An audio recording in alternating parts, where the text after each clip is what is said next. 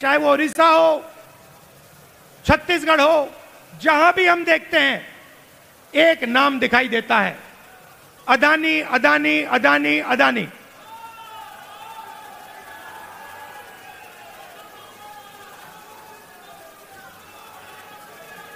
मतलब अदानी जी उड़ीसा की सरकार चलाते हैं, अदानी नरेंद्र मोदी को चलाता है। और जब उड़ीसा में जगन्नाथ यात्रा निकलती है, आप सोचिए रथ निकलता है, जगन्नाथ यात्रा का रथ निकलता है, लाखों लोग उसको देखते हैं, उसके पीछे चलते हैं। और फिर एक ड्रामा होता है, रथ को अदानी जी और उनके परिवार के लिए रोका जाता है। इससे आपको उड़ीसा की सरकार के बारे में सब कुछ समझ आ जाएगा। यह उड़ीसा की सरकार नहीं है, यह आपकी सरकार नहीं है, यह अदानी जैसे 5-6 अरबपतियों की सरकार है।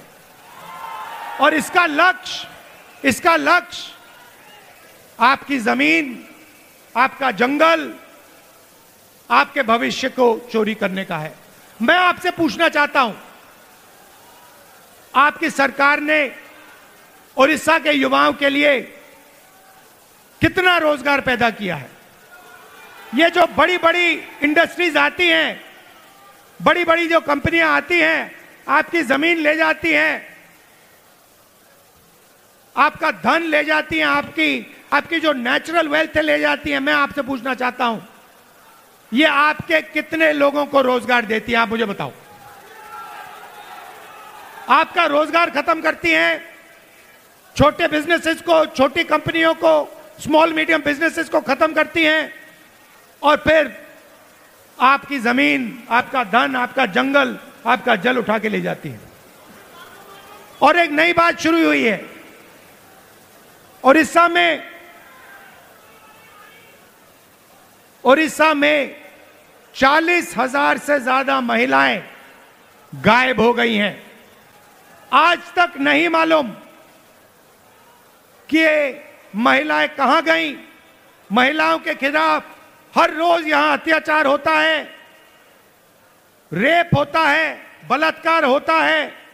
हर रोज उड़ीसा में 15 महिलाओं का बलात्कार होता है, और आपकी सरकार को कुछ लेना देना नहीं।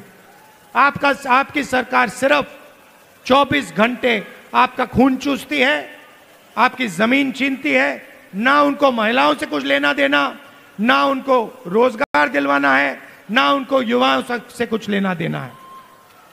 इसीलिए हम यहां आए हैं, और मैं आपको मैसेज देना चाहता हूं कि चाहे मैं हूं, या कांग्रेस प्रेसिडेंट हो, या कांग्रेस पार्टी के कोई भी नेता हो, हम यहां आपके साथ खड़े हैं।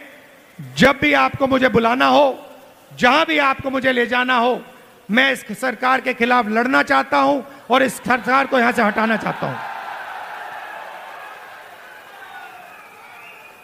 एक बात मैंने भक्तचरण दास जी को कही, तेलंगाना में हमने जाति जनगणना करवाया है। तेलंगाना में जाति जनगणना ने कमाल कर दिया है, क्योंकि जाति जनगणना ने तेलंगाना के हर नागरिक को समझा दिया है कि तेलंगाना में कितने लोग कौन से वर्ग के हैं, ओबीसी कितने हैं, अति पिछड़े वर्ग के कितने लोग हैं, दलित कितने हैं, आदिवासी कितने हैं, गरीब जनरल कास्ट के कितने लोग हैं। एक प्रकार से तेलंगाना सरकार ने तेलंगाना का एक्सरे किया है, और तेलंगाना की सरकार को अब मालूम है कि कितना धन किसके हाथ में है, कौन किसके पास क्या है, कितनी आबादी किसकी है। और मैं ये उड़ीसा की जनता से भी कहना चाहता हूं, देखिए यहां पर हमें पता लगाना है दलित कितने हैं, आदिवासी कितने हैं, पिछड़े वर्ग के लोग कितने हैं, गरीब जनरल कास्ट के लोग कितने हैं। क्योंकि हम चाहते हैं कि सरकार में, इकोनॉमी में, विकास में सबको भागीदारी मिले। आज ओडिशा के पिछड़े लोगों को, दलितों को, आदिवासियों को ना सरकार में जगह मिलती है, ना कॉर्पोरेट में जगह मिलती है, ना ब्यूरोक्रेसी में जगह मिलती है। ये जो 5-6 कंपनियां आप पर राज कर रही है, मैं आपसे पूछना चाहता हूं, इनके मालिकों में कितने पिछड़े वर्ग के लोग हैं? इनकी मैनेजमेंट में कितने पिछड़े लोग के वर्ग हैं? कितने दलित हैं? कितने आदिवासी हैं? कितने गरीब जनरल कास्ट के लोग हैं? आपको एक नहीं मिलेगा। इसीलिए मैंने भक्तचरण दास जी से, लालू जी से कहा है कि पूरा दम लगा के आप ओडिशा की जनता को समझाइए कि सबसे पहला काम जाति जनगणना है, और अगर हमें ओडिशा में बदलाव लाना है तो जाति जनगणना हमारा औजार है। क्योंकि जाति जनगणना से दलितों को, पिछड़ों को, आदिवासियों को, गरीब जनरल कास्ट के लोगों को अपनी सच्ची शक्ति समझ आएगी। और जिस दिन इनको अपनी सच्ची शक्ति समझ आ गई, उस दिन ये सरकार को गिरा के फेंक देंगे। भाइयों और बहनों, आखिरी बात मैं कहना चाहता हूं, बीजेपी की सरकार ने ड्राइवर्स एसोसिएशन और यूनियन से पर पूरा दबाव डाला कि वो इस मीटिंग का समर्थन नहीं किए। उन्होंने पूरा दबाव डाला, धमकाया और डराया ड्राइवर यूनियन को, एसोसिएशन को, कि यहां पे इस मीटिंग में कांग्रेस पार्टी का समर्थन न कीजिए और इस मीटिंग को डिसरप्ट करने में मदद कीजिए। और मैं यूनियन को और एसोसिएशन को धन्यवाद करना चाहता हूं कि आपने इस मीटिंग का समर्थन किया।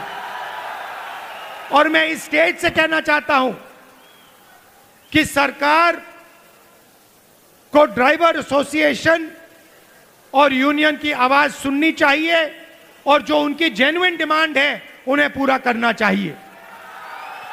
एक बार फिर मैं आप सबका दिल से धन्यवाद करना चाहता हूं। आप यहां आए, इतनी गर्मी में आए, और आपने इतनी प्यार से मेरी बात सुनी। कांग्रेस पार्टी के कार्यकर्ता से कहना चाहता हूं, देखो आप लोग बब्बर शेर हो, आपको किसी से नहीं डरना है। आप टाइगर हो, आपको किसी से नहीं डरना है।